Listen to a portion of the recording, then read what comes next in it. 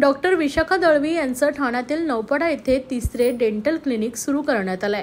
महाराष्ट्र राज्याचे उपमुख्यमंत्री एकनाथ शिंदे यांच्या हस्ते कृष्णा डेंटल सेंटरचं उद्घाटन पार पडलं। यावेळी महाराष्ट्र राज्याचे परिवहन मंत्री प्रताप सरनाईक, खासदार नरेश म्हस्के, आमदार संजय केळकर, माजी विरोधी पक्षनेते मनोज शिंदे व मान्यवर उपस्थित होते।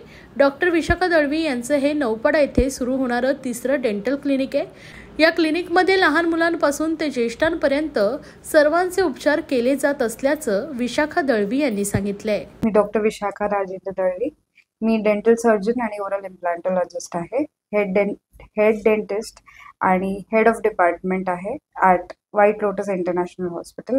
आपण आज ठाण्यामध्ये गोखले रोड नौपाडा इथे कृष्णा डेंटल क्लिनिक याचं इनॉग्रेशन केलेलं आहे by deputy CM Eknath Shinde आणि आपले ट्रान्सपोर्ट मिनिस्टर प्रताप सरनाईक यांच्या हस्ते आज क्लिनिकचं ओपनिंग झालेलं आहे।